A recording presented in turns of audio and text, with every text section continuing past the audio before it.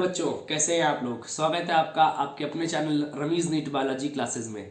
बच्चों आज से हम लोग अपने चैनल पर जो चैप्टर नीट 2022 के लिए कवर करने जा रहे हैं that is from the unit cytology, और इसमें हम लोग साइटोलॉजी का पहला चैप्टर पढ़ेंगे that is cell the unit of life. और पहले लेक्चर में हम लोग क्या पढ़ने वाले हैं, हम लोग इसकी बेसिक आइडियाज को पढ़ेंगे, इसकी डिस्कवरी को पढ़ेंगे और हम लोग यहाँ पर सेल थ्योरी को भी कवर करने वाले हैं। तो चलिए जल्दी से स्टार्ट करते हैं अपने वीडियो को।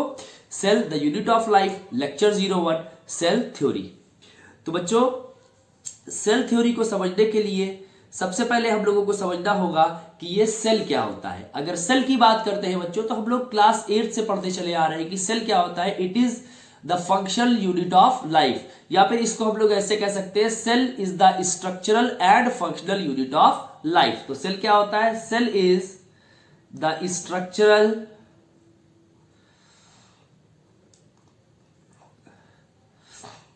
And functional unit of life. Life का स्ट्रक्चरल और फंक्शनल यूनिट किसको बोला जाता है बच्चों, सेल को बोला जाता है। और सेल की स्टडी को क्या कहते हैं बेटा, the study of cell is known as cytology. Study of cell की अगर बात करें हम लोग तो study of cell it is known as cytology.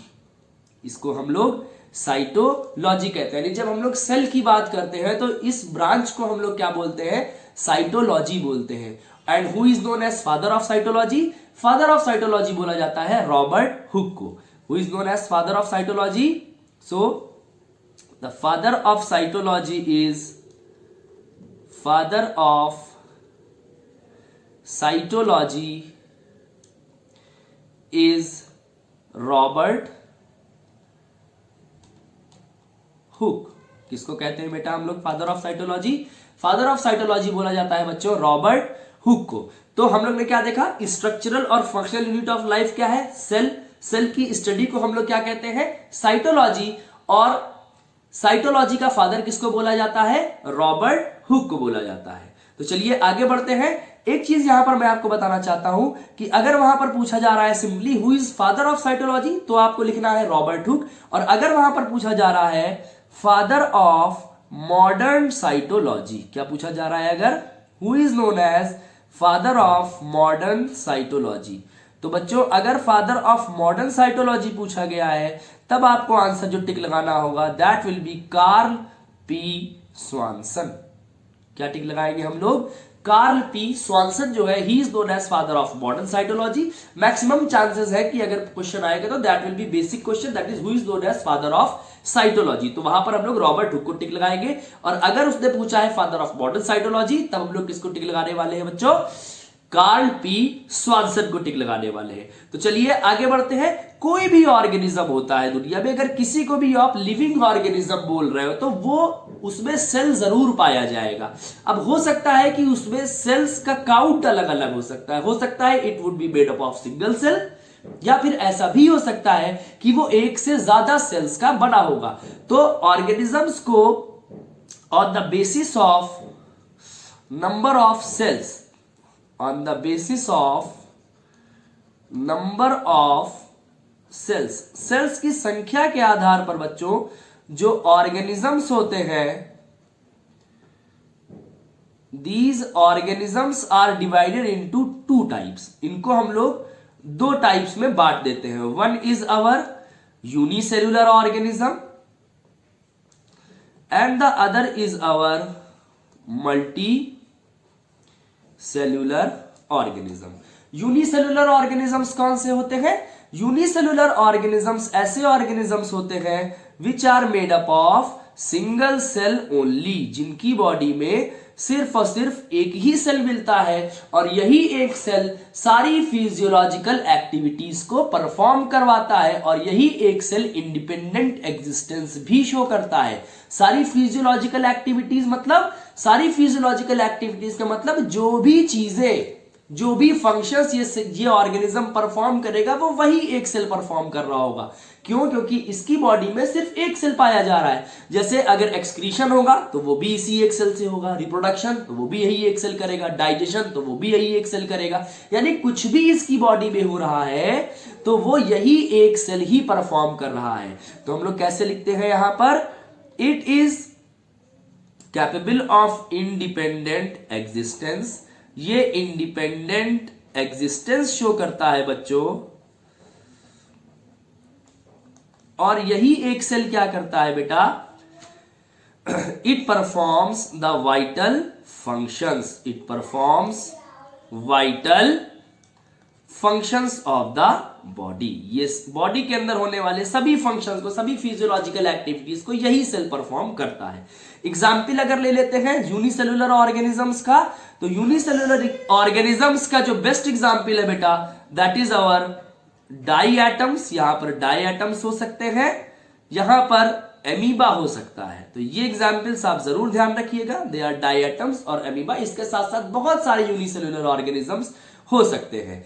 उसके बाद अगर मल्टी सेलुलर की बात करते हैं तो मल्टी सेलुलर में हम सबको पता है कि यहां पर क्या होता है, एक से अधिक सेल, यानी कि they are made up of many cells. यहां पर कई सारे सेल्स पाए जा सकते हैं। They could be 2, they could be 3, they could be in thousands, और they could be in millions और बिलियन और इवन इन ट्रिलियंस। संख्या बहुत ज्यादा हो सकती है मल्टी सेलुलर ऑर्गेनिजम्स में।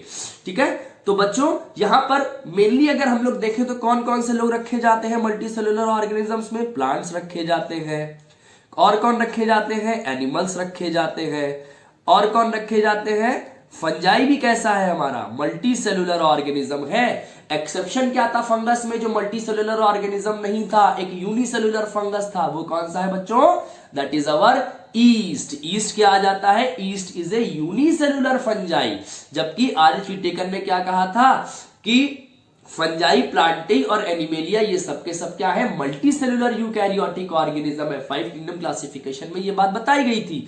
और यूनिसेलुलर में कौन आते थे, मोनेरा आते थे विच वर यूनिसेलुलर प्रोकैरियोट्स, और दूसरे कौन आते थे, प्रोटिस्ट आते थे विच वर यूनिसेलुलर बट यूकैरियोटिक ऑर्गेनिजम्स। हम लोग आगे बात करेंगे इस चैप्टर में कि प्रोकैरियोट और यूकैरियोट किसको कहते हैं। तो ओवरऑल फंजाई, प्लांटी और एनिमेलिया ये सब क्या है, they are multicellular organisms. अच्छा, अगर बच्चों हम लोग बात करते हैं थोड़ी सी किसकी, if you will talk about the discovery of cell, अगर हम लोग थोड़ा सा सेल की डिस्कवरी में अगर हम लोग आगे बढ़ते हैं बच्चों, तो यहां पर डिस्कवरी पॉइंट ऑफ व्यू से कुछ बड़े इंपॉर्टेंट पॉइंट्स हैं जो हम लोगों को याद रखने होते हैं। तो चलिए देखते हैं। एक्चुअल में बच्चों जो पहला सेल डिस्कवर किया गया था वो लिविंग सेल नहीं था, that was basically a dead cell. किसने किया था, तो डेड सेल की डिस्कवरी अगर हम लोग सबसे पहले बात करें तो डेड सेल की डिस्कवरी का श्रेय किसको जाता है, रॉबर्ट हुक को जाता है। किसको जाता है बच्चों, रॉबर्ट हुक को। यानी कि इन्होंने क्या देखा था, इन्होंने एक्चुअली बॉटल पे जो ढक्कन यानी कॉर्क जो था उसको इन्होंने थिन स्लाइस में काटा और इसको माइक्रोस्कोप के अंदर जब ऑब्जर्व किया तो इन्होंने देखा कि वहां पर कई सारे आइडेंटिकल स्ट्रक्चर्स मिल रहे हैं, just like A bee hive, मधुमक्खी के छत्ते के जैसा। और इन्होंने इन यूनिट्स को क्या बोला कि ये सेल्स है। तो यहीं पर बात शुरू होती है कि डेड सेल की खोज किसने की, रॉबर्ट हुक ने की। और इन्होंने पहले सेल की खोज की, तभी हम लोग इनको फादर ऑफ साइटोलॉजी भी कहते हैं। हालांकि रॉबर्ट हुक साहब ने एक बुक भी लिखी, इनके द्वारा लिखी गई बुक का नाम क्या था, the book written by Robert Hooke was Micrographia. ये आप जरूर याद रखिए, it is very important point. The book written by Robert Hooke साहब वाज माइक्रोग्राफिया। इन्होंने कौन सी बुक लिखी थी,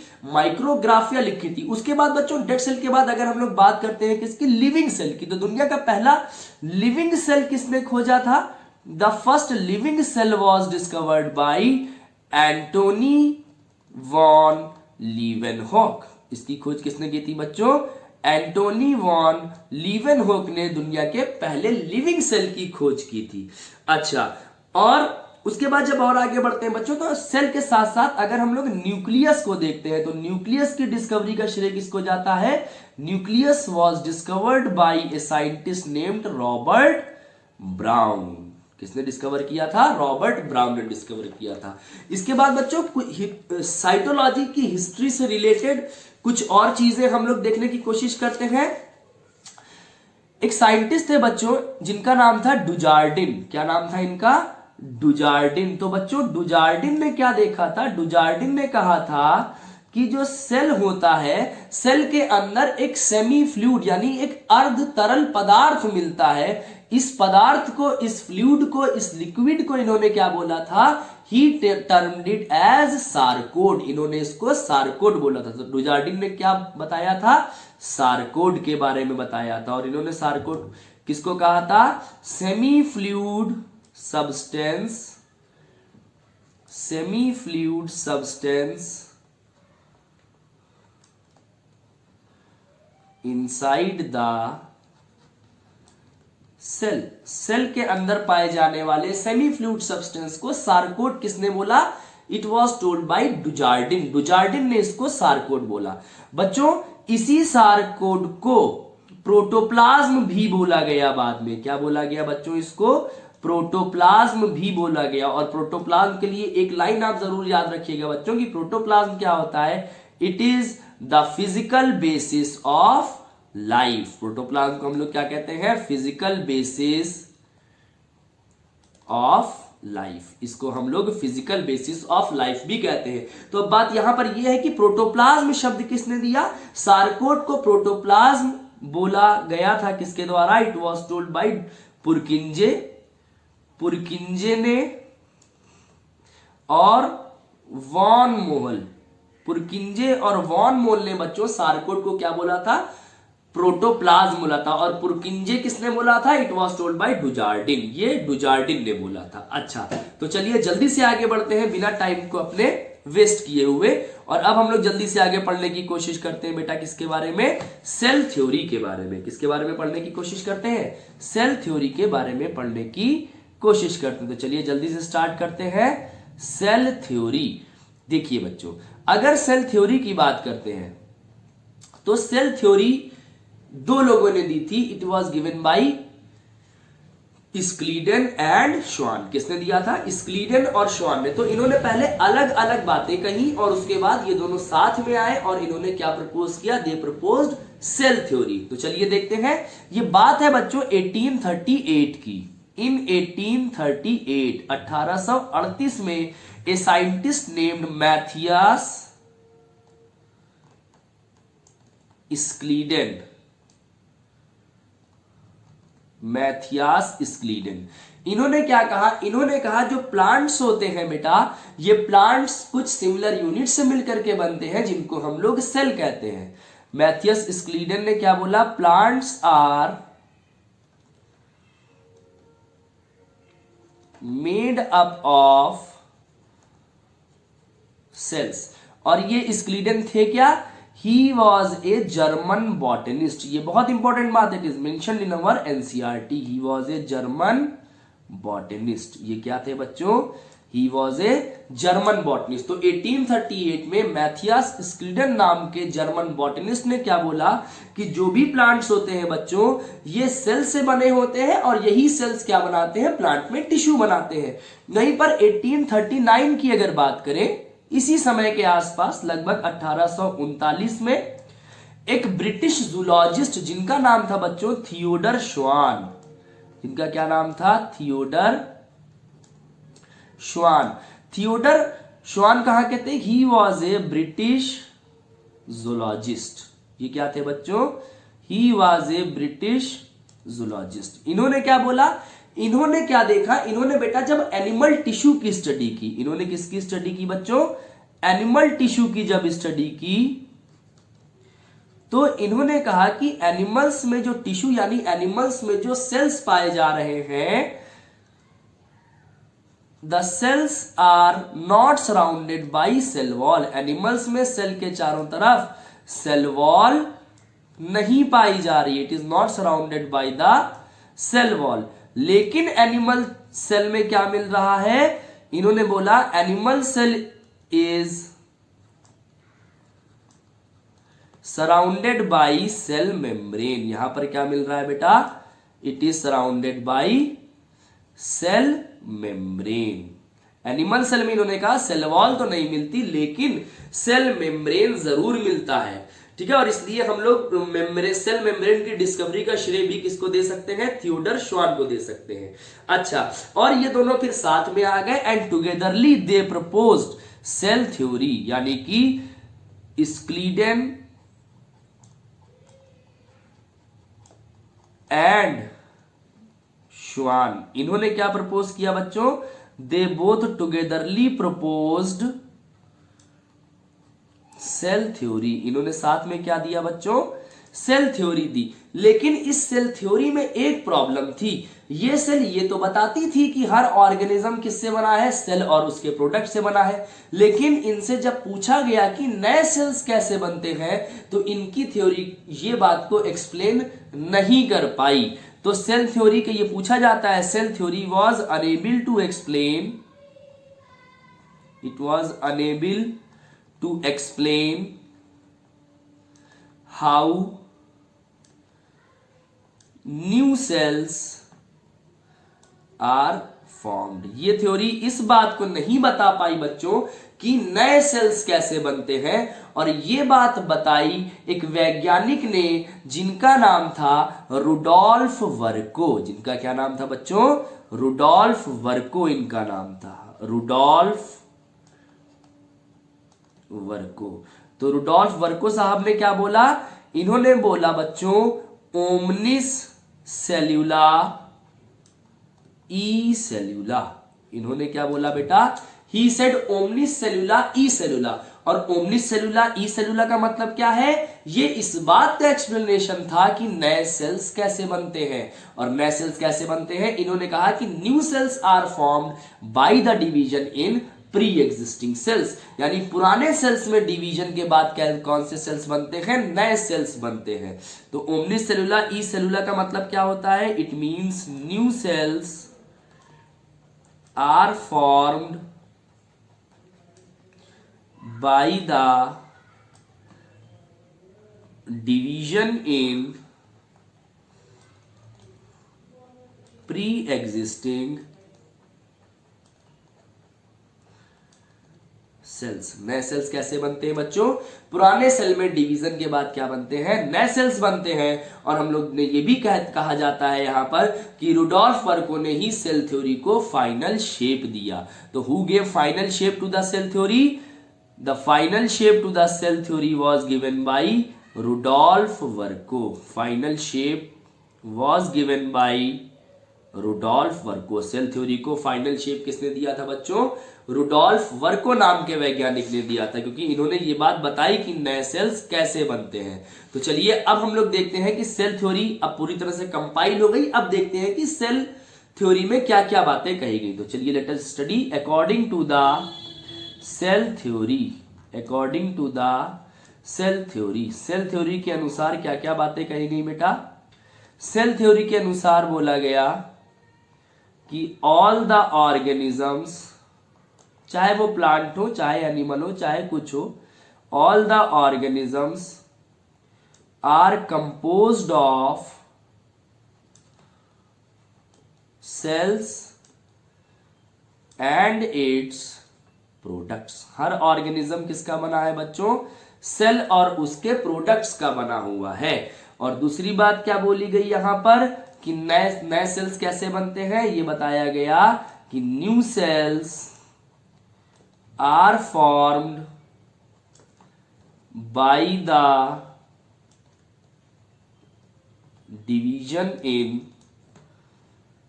pre existing cells. New cells are formed by the division in pre existing cells. नए सेल्स जो होते हैं बच्चों, ये पुराने सेल्स में डिवीजन के पश्चात यानी कि डिवीजन के बाद बनते हैं। और एक और पॉइंट, ये दोनों पॉइंट आपके एनसीईआरटी में है, एक और पॉइंट जो मैं आपको बताना चाहता हूं वो ये आपको ध्यान रखना है कि एक्टिविटीज ऑफ एन ऑर्गेनिज्म, कोई भी ऑर्गेनिज्म जो भी एक्टिविटी कर रहा है, ये बोला जाता है कि कोई भी ऑर्गेनिज्म की जो एक्टिविटी है वो किसका आउटकम है, वो उसकी बॉडी में पाए जाने वाले सेल्स जो आपस में इंटरेक्शन कर रहे हैं वो उसी का आउटकम है। तो क्या लिखते हैं हम लोग, activities performed by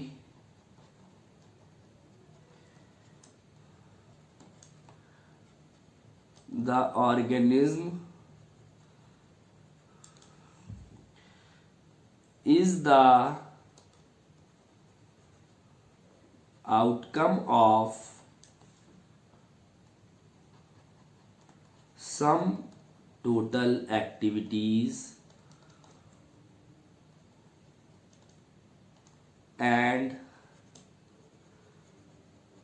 interaction of its constituent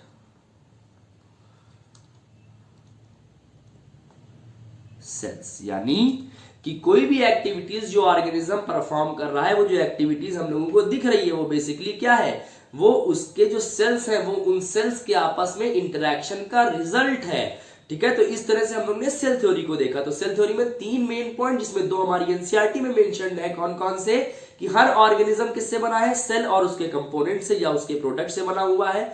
दूसरा पॉइंट कि नए सेल्स कैसे बनते हैं, they are form by the division in pre existing cell. और तीसरा पॉइंट क्या है कि activities perform by any organism is the outcome of sum total activities and interaction of the constituent cells. उस ऑर्गेनिज्म के सेल्स आपस में जो इंटरेक्शन कर रहे हैं उसका प्रोडक्ट एक एक्टिविटी निकल करके सामने आ रही है। तो इस तरह से बच्चों हम लोग ने सेल थ्योरी को कवर कर लिया। एक पॉइंट जो यहां पर आपको और याद रखना होगा कि exception to the cell theory, ये डायरेक्ट क्वेश्चन पूछा जाता है बच्चों कि what is exception to the cell theory. Cell theory को कौन फॉलो नहीं करता है? तो यहां पर एक एग्जाम्पल जो आपको जरूर याद रखना है, कभी नहीं भूलना है, दैट इज वायरसेस। जो बच्चों वायरसेस होते हैं, these viruses are exception to the cell theory. Virus जो होते हैं सेल थ्योरी को फॉलो नहीं करते हैं। क्यों? क्योंकि वायरसेस जो होते हैं बच्चों, ये ना तो पूरी तरह से लिविंग है, ना तो पूरी तरह से नॉन लिविंग है। They are neither living nor non living. ये ना तो बच्चों लिविंग है और ना ही ये नॉन लिविंग है। In fact they are the connecting link between non livings and living. क्यों? क्योंकि वायरस जब बॉडी के बाहर होता है बच्चों तो ये इनएक्टिव होता है, और जब ये होस्ट के कांटेक्ट में आता है तब ये एक्टिव होता है और तब ये रिप्रोडक्शन करता है। ठीक है, तो ये हम लोगों को ध्यान रखना होगा। और वायरस के अंदर प्रोटोप्लाज्म भी नहीं होता, और अगर सेल के अंदर प्रोटोप्लाज्म नहीं है किसी भी, तो उसको हम लोग लिविंग नहीं मानते हैं। और बेसिकली वायरस जो होता है ये क्या है? ये कनेक्टिंग लिंक है किसके बीच में? नॉन लिविंग और लिविंग के बीच में। इसको सेल का दर्जा नहीं दिया गया। और इस तरह से बच्चों हम लोग ने किसको पूरा कर लिया? सेल थ्योरी को पूरा कर लिया। और अगले वीडियो में बच्चों हम लोग बात करेंगे ओवरव्यू ऑफ द सेल, जो बड़ा इंटरेस्टिंग वीडियो है। हम लोग पूरा बेसिक अगले वीडियो में समझेंगे कि सेल में क्या क्या चीजें होती है, प्रोकैरियोटिक सेल क्या होता है, यूकैरियोटिक सेल क्या होता है, सेल क्या डाइवर्सिटी शो करता है on the basis of its shape and function, shape वगैरह के आधार पे कैसे डाइवर्सिटी सेल शो करता है। तो बच्चों आज के वीडियो में हम लोग बस इतना ही रखेंगे। आपको हमारा वीडियो कैसा लगा कमेंट बॉक्स में जरूर बताइएगा। और अगर आपने चैनल को सब्सक्राइब नहीं किया है तो please do subscribe the channel. और आप हमको टेलीग्राम पे भी फॉलो कर सकते हैं, क्योंकि ये जो भी क्लास नोट्स यहाँ पर आपको दिख रहे हैं ये सब के सब किस पे आने वाले हैं? टेलीग्राम पे आने वाले हैं। ये नोट्स और प्लस इस पे बेस्ड क्वेश्चंस दोनों आपको टेलीग्राम पे मिल जाएंगे। टेलीग्राम पे भी आपको सिंपल यही नेम सर्च करना है, Ravi's NEET biology classes. So please subscribe the channel and do not forget to like and share the video. Thank you.